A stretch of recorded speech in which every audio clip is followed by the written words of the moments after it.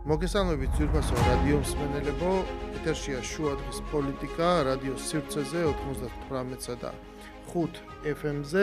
მე ვარ გურამ ნიკოლაშვილი და ჩვენ ვაგრძელებთ შუადღის პოლიტიკის მეორე სეზონს, რომელიც ეძღვნება მე-11 მოწვევის პარლამენტს. თბილისის დროით 14 საათი და 10 წუთია. დღეს ჩვენი სტუმარია გია აბაშიძე, ანალიტიკოსი, საერთაშორისო ურთიერთობების სპეციალისტი და სწორედ ვილაპარაკებთ დღეს შექმნილ ვითარებაზე, რომელიც სოფლიოს იმ ქვეყნებს შორის არსებობს, რაც ზემოქმედებას ახდენს საქართველოზე და ეს ძალიან საინტერესოა მომწიფდა ეს ვითარება, იმიტომ რომ ძალიან გააქტიურდა ამ მხრივ საერთაშორისო პოლიტიკა. პირველ რიგში ყველაზე ახალი ალბათ ეს შეიძლება რომ დავიწყოთ უახლესი ესეთი მნიშვნელოვანი ძორა არის ის რომ ახლაც მიმდინარეობს აბუ-დაბიში ორ ჩვენს მეზობელ ქვეყანასთან, ორ უახლოეს მეზობელ ქვეყანასთან შორის მოლაპარაკება. ლაპარაკია აზერბაიჯანსა და სომხეთზე. პრეზიდენტი ილხამ ალიევი აბუ-დაბიში ხვდება სომხეთის პრემიერ-მინისტრ ნიკოლ ფაშინიანს და ბუნებრივია რომ მოლაპარაკების საგანი არის მთელი რიგი საკითხები და ძალიან ფართო სპექტრი, ხო?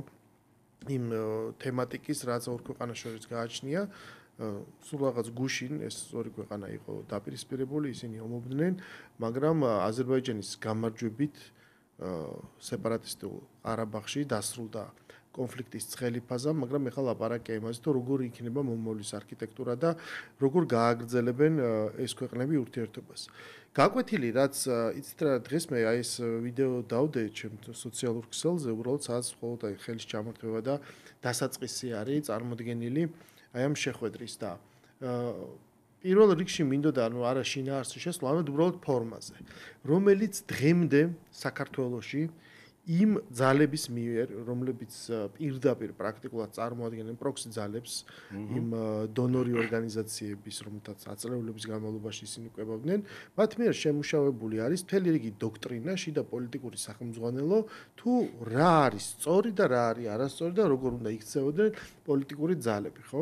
ანუ ლაპარაკია იმაზე, რომ რას გვეუბნება ჩვენ ეს სურათი და რას გვეუბნება ჩვენ ესე ვთქვათ ეს შექმნილი ვითარება, რომელიც ჩვენს მეზობლად არსებობს, ხო?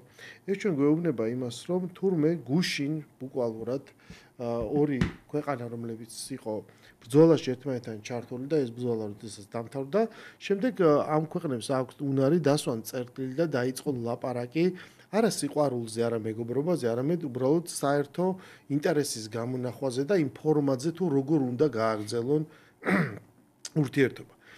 ის მე ხომ ხედველობაშიც ამას ვიძახი, მყავს ადამიანთა ნაწილი, რომლებიც საერთოდ აი ამ ურთიერთობებს სრულიად სხვაგვარად წარმოიდგენს, რაღაცა პერსონალური ურთიერთობებით წარმოიდგენს, რომ აი ორ ადამიანს ერთმანეთი ან უყვარს, ან ზულს, თუ ზულს უნდა დაშორდნენ და რაღაც სხვადასხვა მიმართულებით წავიდნენ, თუ უყვარს იყვნენ რაღაცა ერთად და რაღაცა ტიპის ემოციებს უნდა დაეფუძნოს ურთიერთობა და აიგივე სახელმწიფოთა შორის ურთიერთობას, რომელთაც აქვთ ის თქვა აი უბრალოდ სასაცილოა რაზე გვიწევს ლაპარაკი დაფიქსირებული გეოგრაფიული არეალი, რომელთაც ვერ ცვლი შენ ამ საზღვარს, შენ არ ირჩევ მეზობელს, არამედ ეს შენ ხვდა წილად როგორადაც ხვდა, ისტორიის რაღაცა დიდი პერიოდები ცვლის ხოლმე ამ საზღვრებს და ხალხებს, მაგრამ ამ წუთას აწმყოში რაში ცხოვრობთ.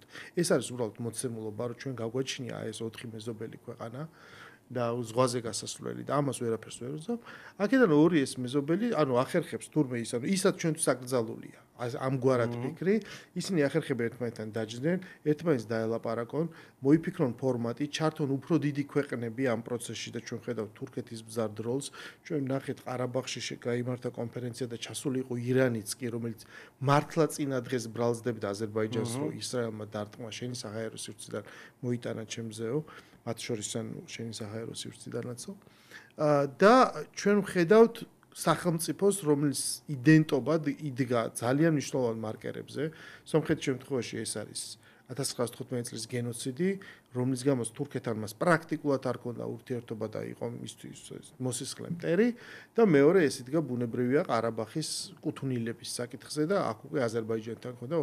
ანუ გარდა იმისა, რომ დამარცხდა სომხეთი, მან პრაქტიკულად მთლიანად მოახდინა ამის გადახედვა აი ამ დოქტრინის და მან თქვა, რომ იცი ჩვენ ვაღიაროთ დღეს შექმნილი რეალიები და არ უნდა ვიყოთ იმ რაღაც მოცემულობის ტყვე, რაც ჩვენ ხელს შეგვიცვლის და უფრო მეტი ეგზისტენციალურ საფრთხეს დაგვიყენებს, ხო, ჩვენ ანუ უნდა შევძოლოთ, შევაფასოთ რა გვაქვს, რა წონა გვაქვს, რა გავლენა შეგვიძლია რომ ვიქონიოთ და აქედან გამომდინარე უნდა წარმართოთ აწმყოში ეს პოლიტიკა. აი ამის მაგალითს ხედავთ ჩვენ, ოღონდ მე ამავე დროს ხედავ წეღანხსენებულ პირთა წრიდან აპოლოგეტიკას სომხეთის მიმართ, რა მაგარი არის ფაშინიანი და აქ ძირითადად ამ ხალხს რა მოწონს. მოწონს რომ იქ პატრიარქსა და პრემიერ-მინისტრს შორის კონფლიქტი ძალიან ცოტა შეურაცხყოფელ დონეზე და ნუ რაღაც რეპლიკები ურთიერთ მიმართ, რეიდი ეკლესიაში, დაპატიმრებები, მათ შორის სასულიერო პირების მოწონთ ოპოზიციის განადგურება, ოღონდ არა ოპოზიციის განადგურება, იმიტომ რომ ის პრორუსული ოპოზიციაა. ანუ უბრალოდ ყველაფერი, ანუ არაეროვნული ინტერესი ამ გაგებით. არა ის თუ საიდან მოდის ესა თუ ის ქმედება, არამედ თავარია ამოსავალი წერტილი არის ერთადერთი, რომ ოღონდ ნებისმიერ ქმედებაში ჩანდეს რაღაცა ანტირუსული, რომ ეს იყოს რუსეთის საწინააღმდეგო. ეს არის კრიტერიუმი. ანუ წინააღმდეგობა და არა შენი ინტერესი, რომელმაც შეიძლება გზაში მოიტანოს ის, რასაც თქვია დაპირისპირება. ანუ ჩვენ ვიცოდით რა იყო მაგალითად აზერბაიჯანის ინტერესი, ხო? ის იყო ყარაბაღის დაბრუნება, ქვეყნის გამთლიანება და მისთვის უკეთესი მოკავშირის ძებნა. ამ გზაზე მან იარა აწლეულები რუსეთთან თანამშრომლობით. დღეს სადღაც დგება მომენტი, როდესაც ის ახერხებს უკვე გაემიჯნოს ამ რუსეთს. ანუ ეს პოლიტიკა ხო არის გონივრული, მაგრამ ქართველი ოპონენტები ამას ვერ ხედავენ დიდ სურათს, ისინი ხედავენ ამას. და ამითი ჩვენ მივდივართ იმ თავარ პოსტულატამდე, რასაც ამ ეთერში სულ ვამტკიცებთ. რომ დიახ, ზუსტად ეს არის, ეს ამოსავალი წერტილი არის, რისი კულტივაციაც მთელი რიგი გარე ძალების მხრიდან მოხდა საქართველოში და ის მათ შექმნეს პაიკი ქვეყნისგან აქვს იმ ძალებისგან ნამდვილად შექმნეს, მაგრამ შემდეგ იმ ძალებმა უნდა ჩაიგნონ ხელში ქვეყნის მართვა, როგორადაც ჰქონდა 9 წლის განმავლობაში და შემდეგ სახელმწიფო უნდა იყოს პაიკი დიდ გეოპოლიტიკურ ჭადრაკში, რომელსაც მხოლოდ ერთადერთი ფუნქცია აქვს. შენ უნდა იყო ანტირუსეთი, შენ უნდა უჩხლიყო რუსეთს. ანუ ეს არის შენი ფუნქცია. ამის იქით საქართველოს თუ რაიმე ინტერესები აქვს, მაგალითად დემოკრატიის განვითარება. ხო, თითქოს დასავლური ინტერესი. ეს არ არის მთავარი დღის წესრიგი, იმიტომ რომ ეს რო იყოს, მაშინ 26 ოქტომბრის შედეგად არ მოხდებოდა ის, როდესაც დადგა სურათი, რომ წინა წლებში სასურველი ფორმატი, რო კონფიგურაცია პარლამენტში რაღაცა გვარი ყოფილიყო ეს, როდესაც შეიქმნა, არა, იცი, ეს არ არის საკმაოდ მთავარი არის ხელისუფლება, იმიტომ რომ საქართველოსგან გამოიძერწოს ისეთი მორჩილი პაიკი, რომელიც დიდ საჭადრაკო დაფაზე თავის ფუნქციას შეასრულებს, ანუ უჩხლიტავს რუსეთს. ყველანაირი მტკიცებულება ამისი არსებობს და ეს მაგალითი ჩემთვის ამ ეტაპზე თქვათ რაღაცა შედეგი გამოვა იქიდან და შემდეგ ნახავთ რა იცვლება ჩვენს სამეზობლოში. ჩემთვის ამ ეტაპზე საკმარისი არის მხოლოდ აი ამ სურათის დანახვა, როდესაც სხვა ქვეყნები ახერხებენ ისეთი ტიპის ურთიერთობებს, რაც საქართველოს არის აკრძალული. ეს არის ჩემი პირველ რიგში დაბეჭდილება, მაგრამ ჩვენ მივყვეთ იმ თემებს კი არა ჩვენ გვაქვს მსმენელისთვის განმიზნული და პირველ რიგში მაინტერესებს შენი ხედვა, რა ხდება დღეს ჩვენ სამეზობლოში. მივესალმები სივრცეების აუდიტორიას. ფაქტია, რომ მიმდინარეობს ძალიან საინტერესო და მნიშვნელოვანი გლობალური გადანაწილება. ამას ვხედავთ ჩვენ ყველა მიმართულებით პლანეტის სხვადასხვა კუთხეში, მით უმეტეს ჩვენს სამეზობლო რეგიონში და კარგად ახსენე, ეს ორი დაპირისპირებული ლიდერი, ფაშინიანი და ალიევი იყურებიან რა წინ მათი ხალხების ინტერესების შესაბამისად საერთო ინტერესების გამონახვაზე ფიქრობენ და ფიქრობენ რომ როგორმე დაალაგონ ურთიერთობა და წინ წაიწიონ.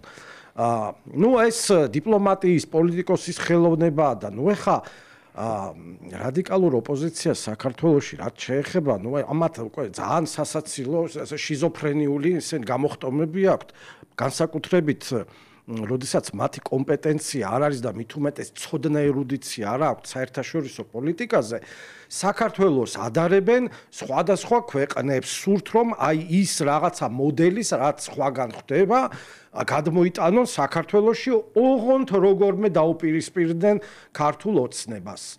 ხალხის მიერ არჩეულს. ნუ ამაში თან დახმარება აქვთ, რა თქმა უნდა, ევროპარლამენტარებისგან, ნამუსო ადამიანებისგან, რომლებიც თავს ახევენ საქართველოს თავიანთ დირექტივებს, მაგრამ ევროპარლამენტარი და ევროპოლიტიკოსი თუ ევროპელი ელჩი უკვე სალანძღავ დამაკნინებელ განსაზღვრებად იქცა ქართულ საზოგადოებაში. ამას მიღწევა ხო უნდა, ამას ესე იგი ვერანაირი ის რაღაცა ჰიბრიდული ომები ჩრდილოეთიდან და ასე შემდეგ ვერ მიაღწევდნენ თუ არა კოლექტიული იუკნევიჩიანები და სხვები, რომლებიც თიც გვიქნევენ, მაგრამ არანაირი შედეგი არ აქვს ამას საქართველოს საზოგადოების განწყობებზე. ის რაც ხდება ახლა არაბთა გაერთიანებულ საამიროებში არის ძალიან მნიშვნელოვანი, რაზე მოილაპარაკებენ წინასწარ ცნობილია, ბოლო ერთ-ერთი მნიშვნელოვანი ფურცელია ამ პროცესში ის, რომ სომხეთმა კონსტიტუციიდან გაიწვიოს ის ყარაბაღის აღიარება, ისინი მთიან ყარაბაღს ეძახიან, აზერბაიჯანული მხარე ყარაბაღს ეძახის, აქ ტერმინოლოგიებს არ აქვს მნიშვნელობა, მთავარია რომ ეს ყველაფერი დაალაგდეს.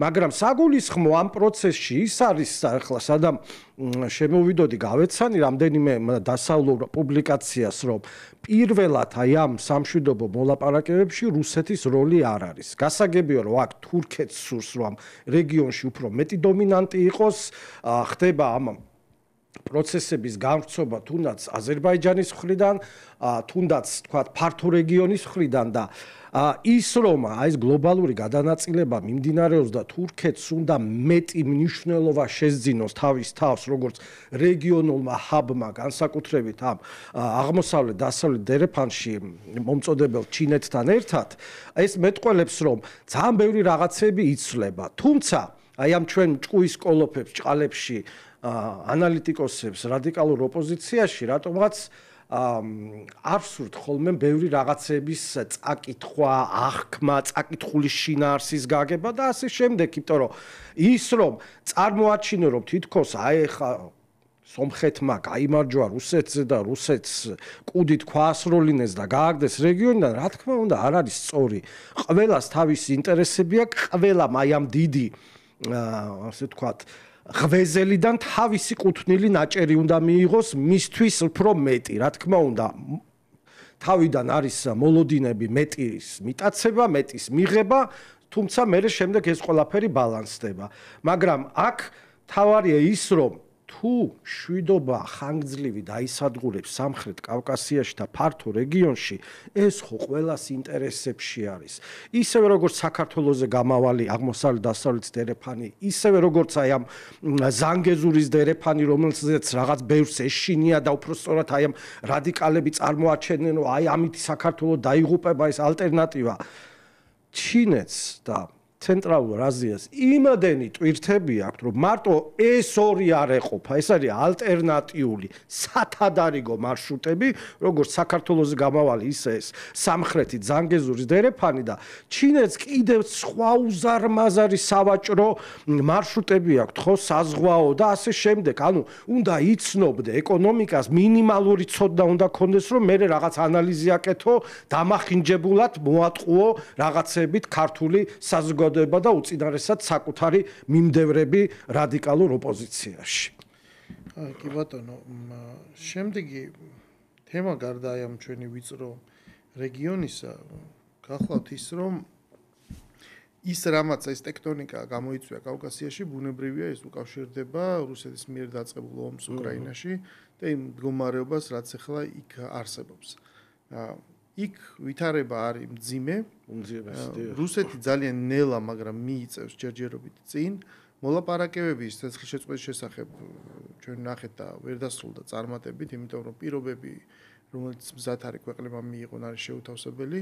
რუსეთის მხარემ განაცხადა სრულიად ცინიკურად, რომ მათ შვედეთს 21 წელი ეომეს და თუ საჭირო იქნება ამდენივეს იომებენ და ყოველი შემდგომი რაუნდი ამ მოლაპარაკების პირობების თვალსაზრისით კიდევ უფრო დამძიმდება, მაგრამ იმდენად რუსული შეტევა არ ამძიმებს უკრაინის მდგომარეობას, რომელიც თქმა უნდა ძალიან მძიმეა, რამდენადაც დასავლეთის მხარდაჭერა. უბრალოდ მხარდაჭერის ის ფორმა, რომელსაც ისინი იღებენ.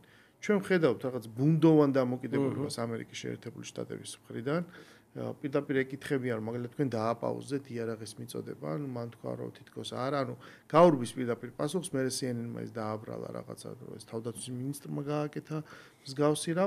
ყოველ შემთხვევაში ჩვენ ხედავთ, რომ მისი ვექტორი ყურადღება გადართულია როგორც მინიმუმ ახლო აღმოსავლეთზე, ისრაელის მხარდაჭერაზე, ჩვენ ნახეთ ირანის ერთი კამპანია, ლაპარაკი მიდის, რომ შეიძლება არსებობდეს გაჩნდეს მეორე კამპანიაც და აი ამ მიმართულებით, ამ აღმოსავლეთის მიმართულებით დასწრებას. ანუ რუსეთს ნებისმიერ შემთხვევაში ძვირი დაუჯდა, ბუნებრივია უკრაინის კამპანია, იმიტომ რომ თუ უკრაინაში ის ესე ვთქვათ, ყველაფერს დებს თელ რესურსს და მისთვის ეს საკვანძო და მნიშვნელოვანია, მაშინ რა კი უკრაინაში ვერ მოხდა გადატეხვა რაღაც იმ ფასად, რასაც ისინი აძლევენ, სამაგიეროდ ხდება რუსეთის პოზიციების დასუსტება სხვა მიმართულებით, ხო?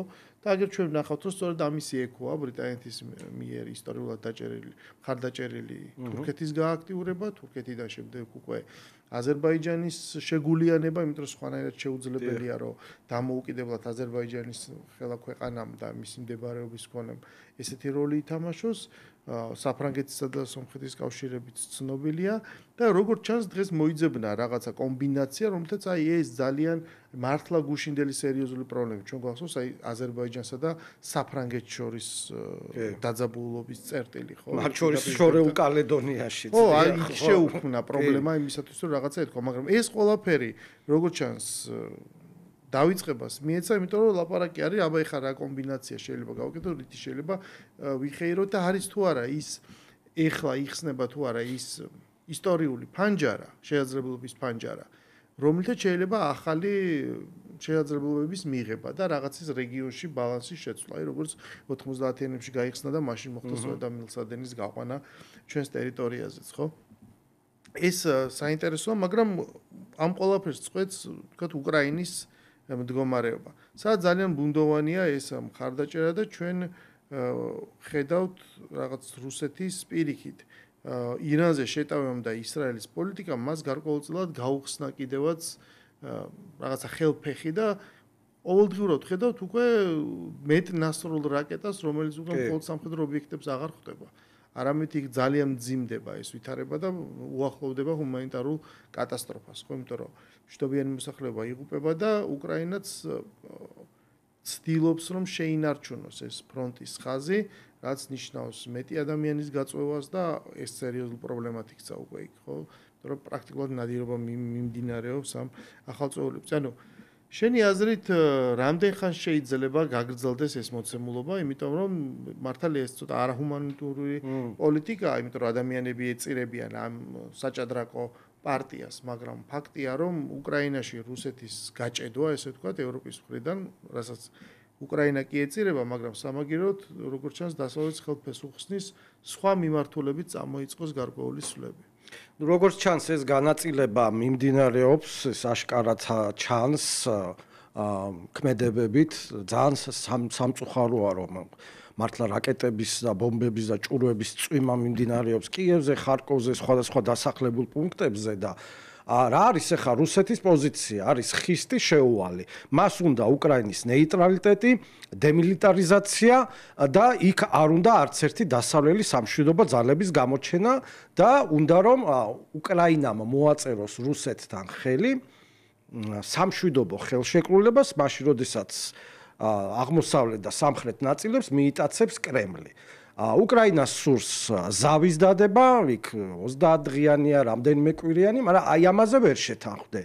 როდესაც ეს ირანის და ისრაელის დაპირისპირება წამოიწია წინ, რატომღაც თითქოს უკანა პლანზე წავიდა ეს ყველაფერი, მაგრამ როგორც კი დასრულდა ცხელი ფაზა ირანისა და ისრაელის დაპირისპირებაში და არავინ თქვას, რომ ისინი ამ ეტაპზე დაზავებულნი არიან, ეს დროებითი მშვიდობა და დამოკიდებულია ირანის ბირთვულ პროგრამაზე, რა არ მოეწონებათ თუ მოეწონებათ ისრაელსა და ამერიკის შეერთებულ შტატებში.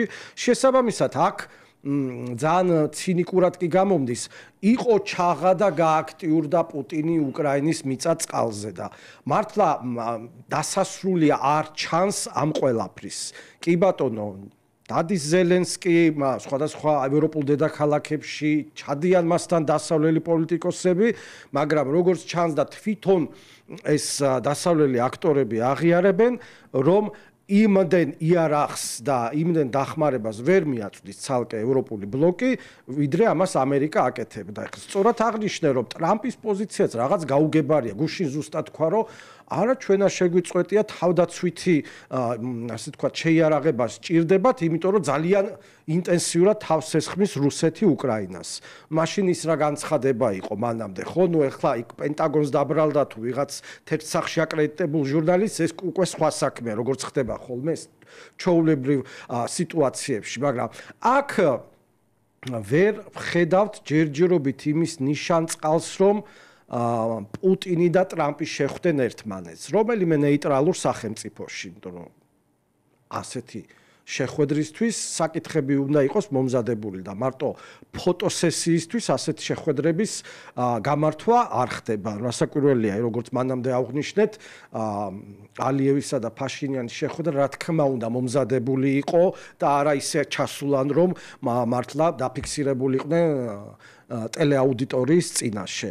ამიტომ გაუგებარია, მართლა გაუგებარია სხვადასხვა ხა ანალიტიკური ცენტრების პროგნოზებითაც ვერ ჩანს, იმიტომ რომ თქვათ პირდაპირ და ეხლა ეს არაფერი დაბალული არ არის. არაპროგნოზირებადია თვითონ დონალდ ტრამპი, ხო? საღამოს ერთ სიტყვის მეორე დღეს სხვას ამბობს და აბსოლუტურად გაუგებარია მისი ეს, ასე თქვათ, პოზიციონირება. ისევ როგორც იმ უკრაინის სასარგებლო წიაღისეულზე.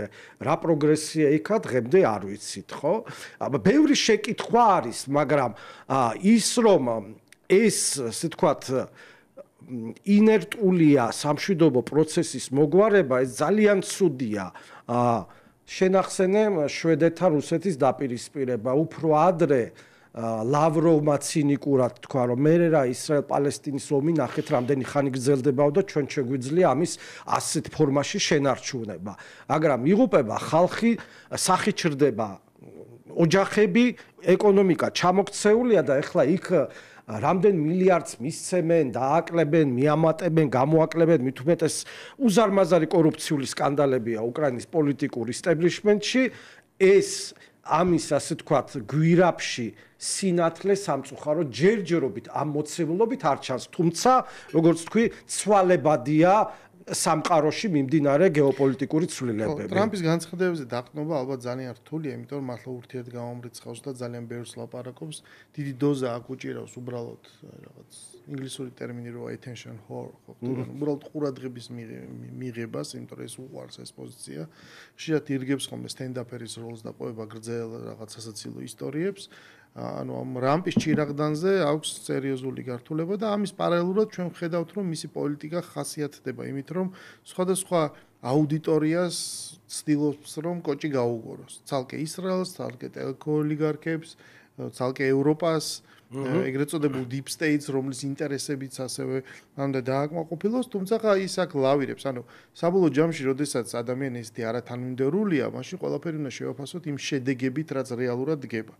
და შედეგი რა არის? შედეგი ისაა, რომ ჩვენ ვხედავთ შემცირებულ დახმარებას ამერიკის მხრიდან ევროპაში. შედეგად ევროპა ლაპარაკობს, რომ პაქს ამერიკანა დასრულდა. საჭიროა, რომ ეხლა ჩვენ თვითონ ვიზრუნოთ ჩვენს უსაფრთხოებაზე. ამიტომ რაღაცა 500 მილიარდიან პროგრამაზე ლაპარაკობენ 5-დან 10 წლამდე პერიოდზე, რომ თავდაცვისუნარიანობა ამაღლდეს, ეს ფული უნდა ჩაიდოს. ნუ საიდან უნდა მოვიდეს გაუგებარია? არა იაფი ენერგეტიკის პირობებში, ან რა ეკონომიკური ზრდა უნდა მოხდეს, მაგრამ წინააღმდეგობა შიგნით ევრობლოკში, დიახ, ხო. ყოველ შემთხვევაში ეს მიზანი გააჩნიათ იმისათვის, რომ ეს გადაავადონ და თქვათ ესეთი ტიპის თავდაცვისუნარიანობა თეორიულად თუ დაუშვებთ, რომ შეაძლებელია ამის ამაღლება, ეს ვითარება დადგეს, ამისთვის საჭიროა მათ ჭირდებათ, რომ ესე იგი უკრაინაში ომი უნდა გაგრძელდეს. იმიტომ რომ რუსეთი იქ იყოს დაკავებული, ხო, რომ არ მოიცალოს სხვა ქვეყნებისთვის შეიძლება სწორედ ამის ნაწილია ის სამხრეთის მხრიდან გააქტიურება, რომ მაშინ აქედან შეუტევთ ჩვენ ამ მოცემულობას და მე ან მოლაპარაკება სხვა პირობებით წარიმართება, ან თქვათ რაღაც რუსეთს რაღაც ზიანს მიაყენებენ. ჩინეთი უფრო მეტად გააქტიურდა, იმიტომ რომ მაჩვენა, რომ ირანში კი რაღაცა ესეთი საჩვენებელი რეიდი კი მოაწყვეთ, რომელთაც კაცმა არ იცის რამდენად მნიშვნელოვანი ზიანი მიადგა ირანს, მაგრამ ის რომ ეხა აქ ირანზე რაღაც სხვა ტიპის და უფრო ფართომასშტაბიან ოპერაციაზე იყოს ლაპარაკი, რომ ის ამას არ დაუშვებს და ასეთ დონეზე მასშტაბით ძალთა ბალანს ვერ შეცვლის და სამხედრო დახმარებაც უკვე აღმოუჩინა, ხო? და აი ამ ფონზე საქართველოს კვლავ რჩება ერთგული და საგარეო საქმეთა მინისტრმა ჩვენმა განაცხადა, რომ ჩვენ მაინც განვიხილავთ ამერიკას სტრატეგიულ პარტნიორად მიუხედავად იმისა, რომ მათ შეაჩერეს ეს დოკუმენტი, რაც გულისხმობდა სტრატეგიულ პარტნიორობას და ელჩმა, რომელიც უკვე გადამდგარი ამერიკის ელჩმა, წასვლის წინ თავის კედლის გაზეთს პრაქტიკულად მისცა ესეთი ინტერვიუ, სადაც მან რაღაც თითქოს პასუხების გაცემას სცადა იმაზე, რომ რა ვითარება იყო საქართველოში ბოლო პერიოდში, თუმცა მთელი რიგი დეტალები მან გამოტოვა. ბუნებრივია, რაც სწორ წარმოდგენას მოგცემდა განვითარებული მოვლენების თანმიმდევრობაზე. აი როგორ შეიძლება შეფასდეს ეს როლი და რა იყო მან გარდამტეხი ფაქტორი, რის გამოც ამერიკამ ვერ შეძლო, რა იყო ის წინა ადმინისტრაციამ პირველ რიგში და ვერ შეძლო საქართველოსთან გაფუჭდა ურთიერთობები, შეიძლება ითქვას და ახალი ადმინისტრაციისგან რა შეიძლება ველოდოთ.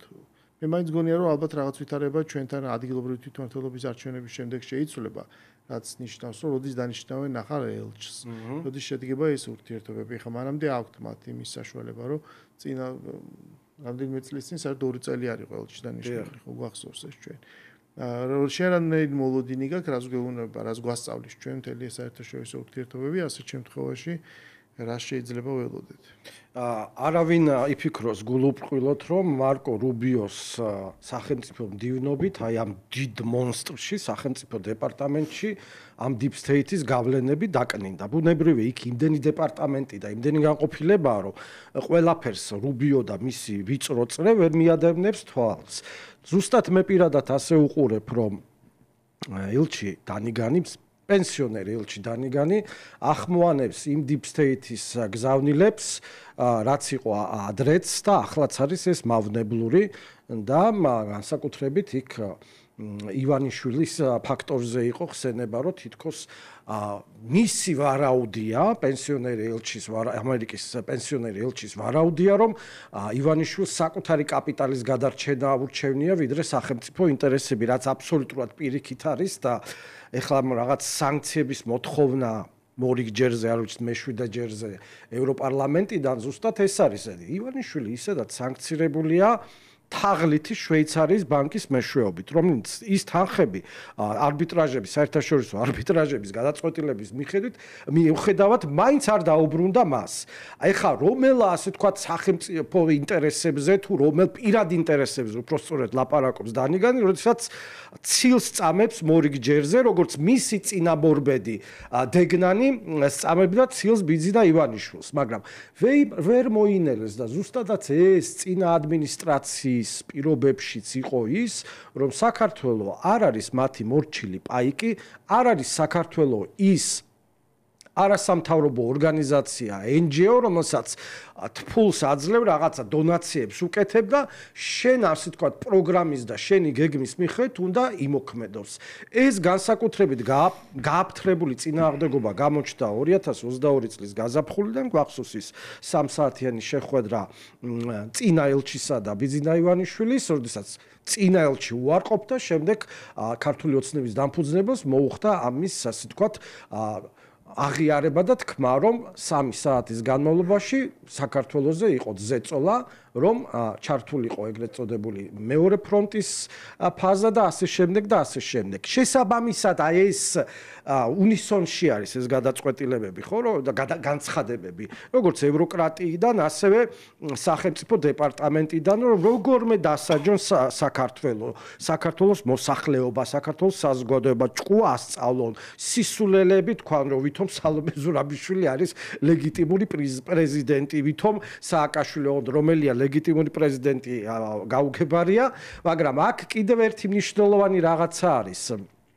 რამდენიმე კვირის წინ ზაზა შათირიშვილმა და დავით ქართველიშვილმა სხვადასხვა დროს აღნიშნეს ძალიან მართებულად ის, რომ აი ამ deep state-ის ტრანსფორმაცია ხდება და ბოლომდე კი არ ქრება, გასაგებია, რომ იქ რაღაცა ფინანსური საცეცები მოუჭრეს იქ USAID-ისა და სხვა ორგანიზაციების, ასე თქვა, ფინანსური ჩახსნით, მაგრამ ეს გავლენები არსად არ დაკარგულა და ეს, ასე თქვა, კიდევ ერთხელ კარგად გამოდის და ეს უფრო ამერიკაშიც ჩანს, რომ აი ეს რაღაც კორპორატიული მართლობის მომენტი ჰორიზონტზე გაჩნდა. ეხა ხვალზე გარიქნება ეს, მაგრამ აი ამ deep states იქიდან გამომდინარე, რომ მას უდიდესი ფინანსური, ეკონომიკური, სამხედრო, სადაზვერო გავლენები აქვს, ასე ადვილად ტრამპი ვერ დაამაცხლებს. გასაგებია, რომ გერმანიის ელჩი ფიშერი და სხვები ამბობენ, რომ deep state არ არსებობს და თავს სასაცილო მდგომარეობაში იგდებენ, მაგრამ deep state არსებობს, ამას ამბობს ტრამპი, რუბიო, ამერიკის ადმინისტრაციის სხვადასხვა წარმომადგენლები, მაგრამ აქ არის ასე ვთქვათ ზოგ რაღაცაში ბრძოლა, ზოგ რაღაცაში რაღაცა კომპრომისი და დათმობა, რომ ამის სანაცვლოდ ამას მივიღებ და ამას მივიღებ, იმიტომ რომ აი ეს კონგლომერატები ასე ადვილად ვერ გაქრებიან და ეს deep state მარტო სახელმწიფო დეპარტამენტში არ არის, ეს არის სამხედრო სამრეწველო კომპლექსი, ფარმაცევტი, ასე ვთქვათ, სადაზღვევო, გლობალური ფინანსური ინსტიტუტები და ასე შემდეგ და ასე შემდეგ. საქართველოს უწევს ამათა ხვალაღებული ბრძოლა. სუვერენიტეტს იცავს. საქართველოს გავსად სუვერენიტეტს იცავს ევროკრატიისგან უნგრეთი, ხო? რომელსაც ისევ დაუბლოკავენ აი ამ 18 მილიარდ ევროიან დახმარებას, იმიტომ რომ ასე ვთქვათ არ ასრულებს ევროკრატიის ინსტრუქციებს, რომლებიც ბრიუსელიდან მოდის. პროცესი გრძელდება და აქ ძალიან საგულისხმო იყო, ხა ბევრ საკითხებს შევეხე, პატრიოტები ევროპისთვის პოლიტიკური ჯგუფის მიერ შექმნილი ვებგვერდი, სადაც ნაჩვენები არის ევრო კომისია მას 17 მილიარდი როგორ ჩამოარიგა მსოფლიოში, ხო? ავღანეთიდან დაწყებული ევროპის ქვეყნები დამთავრებული და იქ აი ზუსტად კარგად ჩანს, ბოლომდე არ არის ჯერ გაშიფრული ამ ევროკრატიის კმაყოფაზე რამდენი ქართული ორგანიზაცია 100,000-ობით ევრო დაიხარჯა იმაზე, რომ ეყვირათ არა რუსულ კანონს, არა გამჭვირვალობას და ასე შემდეგ და ასე შემდეგ. ანუ პროცესი არ დასრულებულა, ცოტა სხვა ფაზაში გადადის საქართველოსა და deep state-ის წინააღმდეგობა, მაგრამ გავიზიარებ საქართველოს ხელისუფლების ფრთხილ ოპტიმიზმს, რომ რაღაცა იმედები არის, რომ დათბება ურთიერთობა ვაშინგტონთან და ისეთი ცივი არ იქნება, როგორც ახლა და გუშინ იყო. ევროპარლამენტში განიხილებოდა ურსულა ფონ დერ ლაიენის, ესე ვთქვათ, იმპიჩმენტის მოხსნის საკითხი.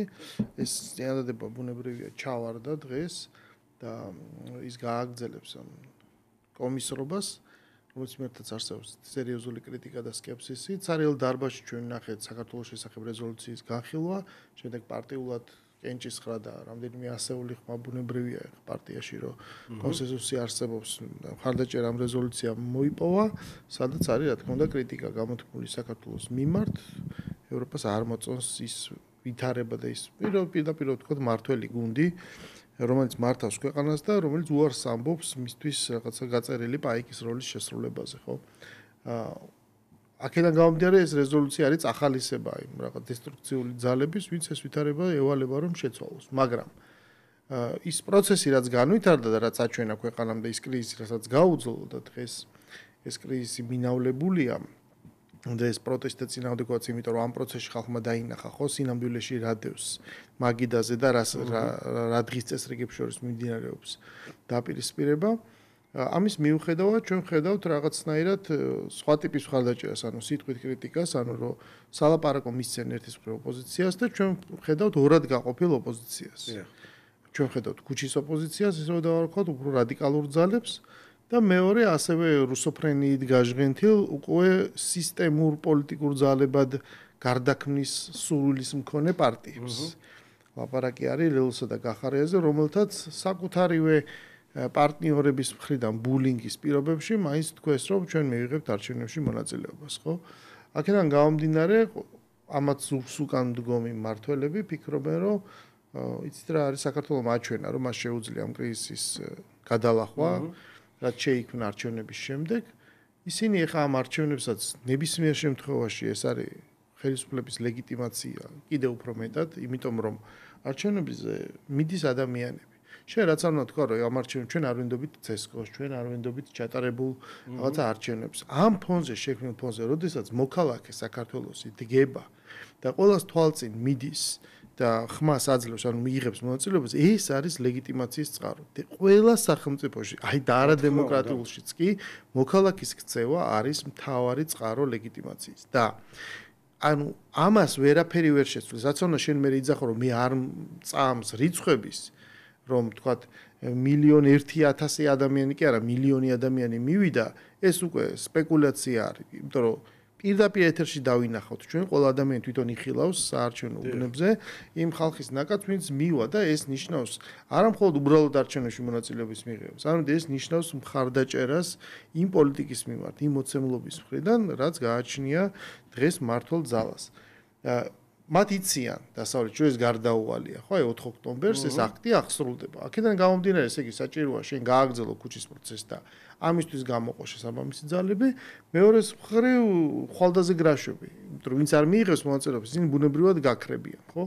ამიტომ საჭიროა რომ გადარჩნენ ვიღაც პარტიები და დღეს სამწუხაროდ ლაპარაკობენ ხოლმე, რომ ანუ ძირითადი არგუმენტი ოპოზიციურ ძალებს შორის არის ის, რომ რამხელა არის შანსი გამარჯვების. როდესაც ამ სტუდიიდან ვეუბნებით რომ არ დევს მაგიდაზე გამარჯვების საკითხი რა მაგიდაზე დევს რომ აწყობდი რევოლუციას და აქ რომ დამარცხე და ეხა შესაბამის შედეგებს რომ იმ კი აქ ლაპარაკებს საერთოდ გადარჩები თუ არ გადარჩები პოლიტიკურად გულისხმობ პოლიტიკურ ველზე მაგრამ ამის აღიარება უჭირთ ეხა იმიტომ რომ მათი თამასა ძალიან მაღლა მათ მიაჩნიათ რომ აი თავის თავს ხო წოდებენ ქართველი ხალხი და მიაჩნიათ რომ ქართველი ხალხის ნება არის ესეთი და ზაგრანიცა нам поможет როგორც ცნობილ კლასიკურ წიგნში როგორ ფიქრობ რამდენად დაეხმარება საზღვარგარეთი შიდა პოლიტიკას და რა ბედიელის შიდა პარტიებს ფაქტია რომ ამ ორი პარტია ლელო და გახარიას პარტია მიიღებენ მონაწილეობას ნუ რაღაცა პროგრამა მაქსიმუმი აქვთ ეგრეთ წოდებული 6 ქალაქში გამარჯვების ფორმულა და ასე შემდეგ. ანუ კიდე აქ სასაცილო მომენტი შემოდის ის რომ არჩევნების დღეს რადიკალური ოპოზიცია აპირებს პარლამენტთან 100,000-ობით, არა 1000-ობით, 100,000-ობით ადამიანის შეკრებას და ამითი იმის დაფიქსირებას რომ ბოიკოტს უცხადებენ. Ну, აი აბსოლუტურა ასე თქვათ ოქსიმორონულ სიტუაციაში არიან, ხო, ჯერ ხო იყო რაღაც სატელეფონო აპლიკაციებით არჩევნების ჩატარება, პარტა ბურჭულაძის. შემდეგ გუშინ მურმან დუმბაძემ კიდე უფრო კონგენიალური იდიოტობა თქვა, რომ ფურცლებზე დავწეროთ ჩვენი ნომრები და ისე მივიდეთ საარჩევნო უბნებზე. ჯერ ვერ გარკვეულან თვითონ, ესე იგი, უნდა მივიდნენ საარჩევნო უბნებზე თუ დილიდან საღამომდე, ანუ 8-დან 8-მდე რუსთაველის გამზირზე იდგნენ პარლამენტთან. ფაქტია, რომ არჩევნების შედგება, ისევე როგორც ყველა წინა არჩევნები, იქნება თავისუფალი, დემოკრატიული რამდენიმე სადამკვირვებლო ორგანიზაცია უცხოეთიდან ჩამოვა, ბუნებრივია ისინი დააფიქსირებენ იმ რეალობას, რაც იყო და რაც მანამდე დაფიქსირდა წინა საპარლამენტო არჩევნებზე და შემდეგ ეს კიდევ ხელახლა აი ამ კონცერტის, იაფასენ კონცერტის მოწყობა რაღაც ბიულეტენებმა გაჟონეს, გაყალბებული 300,000 კაცი კარუსელებით ატარეს იქით-აქეთ კიდევ ამას მიყვებიან, რა თქმა უნდა, ვერ, მაგრამ ფაქტია, რომ მათ პატრონებს დიდი სურვილის, ასე თქვათ, არქონის მიუხედავად მოუწევთ ამ არჩევნების ასე თქვათ, აღიარება, თუმცა მათი აღიარება არაფერს არ ნიშნავს, აღიარება ნიშნავს, როდესაც საქართველოს მოქალაქეები მიდიან და დააფიქსირებენ თავიანთ არჩევანს 64-ვე მუნიციპალიტეტში. აი ეს იქნება არ აღიარება და ბოიკოტი როგორი იქნება ცესკოსთან, რაღაც პერფორმანსი პარლამენტთან, სირბილი საყვირებით თუ როგორ, ანუ ისევ იგივე წრეზე მიდიან, როგორც აი მანეჟზე რო დარბიან ცირკის ცხენები რა, ისევ ესე, მაგრამ მოუწევთ იმის აღიარება, რომ თუ არჩევნებში არ მიიღებ მონაწილეობას ადგილობრივში, საერთოდ ჩაიხსნები კვალიფიციური პარტიების სიები და არ გაქვს სახელმწიფო დაფინანსება, რომელიც კეთილინებით ამ ხელისუფლებამ შემოიღო, საერთოდ ვერ იარსებებდა. მე როგორც ხდება გურამ და როგორც გვინახავს, ხო? კომპრომატების, რეალობის, კულუარებში ნათქვამის ერთმანეთზე ტალახის სროლა წავა ამ რადიკალებში, რომ შეისეთო, შეასეთო და ასე შემდეგ. ნუ აქ კიდე სალომე ზურაბიშვილის ფაქტორი, ხა არაფერი არ გამიკვირდება ამ ადეკვატური ქალისგან. თუ მისცეს ასე თქვათ ინსტრუქცია, რომ მონაწილეობა მიიღოს არჩევნებში როგორც მერობის კანდიდატად, ეს ეგრეთ წოდებული თვითმარქვია პრეზიდენტი გადავა სხვა რელსებზე. ანუ რეალობა ერთია, ხალხის არჩევანი ერთია და ეს რაღაცა ფარატინა რეზოლუციები 7 ჯერ იქნება თუ 17 ჯერ იქნება, არანაირად არ ცვლის განწყობებს ქართულ საზოგადოებაში დიდ ნაწილში. პირიქით უფრო ანტიევროპულია და ეხლა ევრობარომეტრმა რო დაწერა, რომ 59% ნახევარზე ნაკლები არის ევროკავშირის ხარდაჭერა, ეს საკუთარ თავს დააბრალონ ევროკრატებმა და მათმა NGO-ებმა და მედია საშუალებებმა საქართველოში. მან ანალიზის პრობლემაა, იმიტომ რომ თავის დროზე, როდესაც ფსონი პირდაპირ იმაზე გაკეთდა, რომ აი ამდენი 78-83% რო ითვლიდნენ, რომ არის ევროპის ხარდაჭერა, უბრალოდ ანალიზის პრობლემა მათ ვერ ჩასვეს ეს ფართე სურათში რა, იმიტომ რომ შენ რაღაცა რა თქმა უნდა გინდა, მაგრამ არსებობს საკითხების პრიორიტეტიზაცია. თუ ჩვენაირ ტრამულ ქვეყანაში ელემენტარული უსაფრთხოების საკითხი გახდა პრობლემური და ადამიანებმა მიხვდნენ, რომ დღეს შეიცვალა გარემო და ამას ემუქრება საფრთხე, მაშინ რაღაცა მეორე მხარეს გადადის. ხო, ჯერ მნიშვნელოვანია ბავშვებს აჭამო და მე იფიქრო მანქანას ყიდულობ თუ არა. მარტივია. თორე ვინმე იცის, რომ ადამიანებს მანქანის ყიდვა არ უნდათ.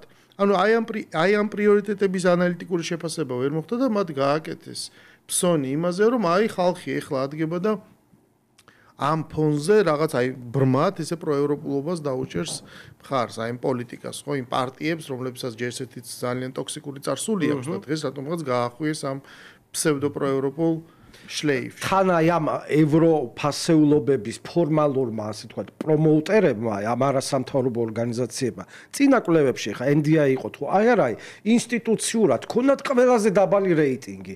ანუ ვისაც ფულს აძლევ, ხო, ის რატო არის დაბალი რეიტინგით ასეთი, აი ეს NGO-ები, ხო, აი ასეთი ძალების წინა პლანზე გამოწევა აზიანებს თლიანად იდეასაც კი და ამითია შემცირება, მაგრამ ამავე დროს მათთვის ისინი კვლევებით ოპერირებენ. და როცა ატარებენ, ჩვენ ნახეთ დონორის მიერ დაფინანსებული კვლევები, ნახეს რომ ოპოზიციურ ელექტორატშიც კი შექმნილ ვითარებაში შუაზეა გაყოფილი ხმები. ნაწილი იძახის რომ ჩვენ მივიღოთ მონაწილეობა, ნაწილი იძახის რომ არა ბოიკოტი. ხო და ადრე და მათაც პოლიტიკური ველი გაყვეს. ნაწილი პარტიები დატოვეს, ასე ვთქვათ, ქუჩაში და თქვეს რომ თქვენ აი ამ ხმებს ესე ვთქვათ დააჯდებით, მეორე ნაწილზე გაუშვეს ესე ვთქვათ არჩევნებში. ანუ ჩვენ დრო იწურება და შენი აზრით რა შედეგი და რა სურათი შეიძლება ჩვენ მივიღოთ მათი მონაწილეობით და საერთოდ მე ეჭვი მაქვს რომ არჩევნებამდეც კი ეს ძალები ვერ მოთოკავენ თავიანთ თავს და შეხრავენ ერთმანეთს. შეხრავენ ეს ეგრეთ წოდებული ერთობა ვერ შედგება ვერანაირად, მით უმეტეს სალომე ზურაბიშვილის ამ აროგანტულის ფაქტორის გამო და კიდე თვითონ თვითაღიარებებს აკეთებენ, ხო? ერთობა, რამდენჯერ უნდა შექმნან ეს ერთობის პლატფორმა თუ ფორმატი თუ ასე შემდეგ. ანუ წინა მარც ერთმა არ გაამართლა, ახლა რაღაც ერთობაზე ლაპარაკობენ და მაინც ტელეეთერებიდან თუ ვიდეო სტრიმებიდან ერთმანეთს ასე ვთქვათ ჭამენ და ღრღნიან. რა თქმა უნდა, კონფლიქტი კიდე უფრო გამწვავდება, იმიტომ რომ პოლიტიკური არსებობის საკითხი დგას სასწორი სპინაზე, ხო? ან იარსებებენ, ან ვერ იარსებებენ, ხო? რა თქმა უნდა, გარკვეულ ხმებს ბუნებრივია მიიღებენ საკრებულოებში და არ ვიცი, არ გამოვრიცხავ, ხო? თუნდაც რომელიმე მუნიციპალიტეტში მერმა გაიმარჯვეს ოპოზიციურმა კანდიდატმა. თუმცა ეჭვმეპარება, არა, საკრებულოებში ხო რაღაცა სეგმენტი შევა ამ პარტიების, ხო? და დანარჩენი რა შვება? ისევ აგრძელებს პროტესტის 1800 მეხუთე დღე თუ რას აკეთებს, ხო? მორჩება და მე უკვე ვინც არიან ამის სპონსორები, გულისხმობ აი ამ გაქცეულ ნაცპოლიტიკოსებს, ხო? მე თვითონაც ხო მიხვდებიან, რომ ეს TV პირველი, ის ხაზარაძის ჯიბის ტელევიზია, რომელიც ხაზარაძე ციხეშია და მინიმუმ 7-8 თვე იქნება, TV პირველი არ ამართლებს, ვერ აკეთებენ, იმიტომ რომ ტყუილზე არის მათი ყველაფერი დამყარებული. ანუ ჩემი მოკლედ ვიტყვი პროგნოზი. არჩევნები შეგდება დემოკრატიულად, ოპოზიცია კიდევ უფრო გაიხლიჩება და არ გამოვრიცხოთ, რომ აი ამ ორ პარტიას, გახარიას და ლელოს, რომელიმე კიდევ შეუერთდეს ამ ეგრეთ წოდებული ბოიკოტირების სეგმენტიდან. კი ბატონო, ჩვენი გადაცემა პრაქტიკულად დასრულდა. ახალი ბოლო ამბავი არის ისიც დავიწყეთ სიახლით, რომ დაიგეგმა შეხვედრა მარკო რუბიოსა და სერგეი ლავროვს შორის. ეს ჩემი აზრით აუცილებლად არის გამოხმაურება ამ აბუ-დაბის შეხვედრაზე, იმიტომ რომ აბუ-დაბი არის ეს ნეიტრალური დასავლეთის მიერ კონტროლირებადი ტერიტორია, მთლიანად მიმოიჭრელი დასავლეთ ტერიტორიაზე. ანუ შეხვედრა არც სტამბოლში გაიმართა, რომ ირანის გამო რომ რაღაც არ დარღვეულიყო ბალანსი, მით უმეტეს არც სხვა ადგილის შეჩევა ვერ მოხერხდა, ეს პირდაპირ დასავლეთის მონაწილეობას ადასტურებს და როგორც ჩანს ამ ლაპარაკის თემა ერთ-ერთი აუცილებლად იქნება კავკასიაში შექმნილი ვითარება უკრაინასთან ერთად და ვნახოთ ჩვენ უყურებთ ამ განვითარებულ პროცესს და ჩვენი მსმენელი რასთავარია ყოველდღიურად უფრო და უფრო წმუნდება რომ ჩვენ რასაც ვლაპარაკობთ რაც ისინი თავი ოპოზიციურ ტელევიზიებში შეიძლება უყურებდნენ გაჯერებულ სურათს რომ თითქოს აი აქ წყდება ეხლა რაღაცა რომ ის პროცესი არის ძალიან დიდი თამაშის ერთი პატარა ფრაგმენტი და სურათი მნიშვნელოვანია ამის ცოდნა რომ რა არის ის ტალღები და ოკეანე რაშიც საქართველოს უწევს ნავიგაცია. დიდი მადლობა სტუმრობისთვის გია დღევანდელი ეთერი კი დასრულებულია ეთერში მომდევნო კვირას დაუბრუნდებით.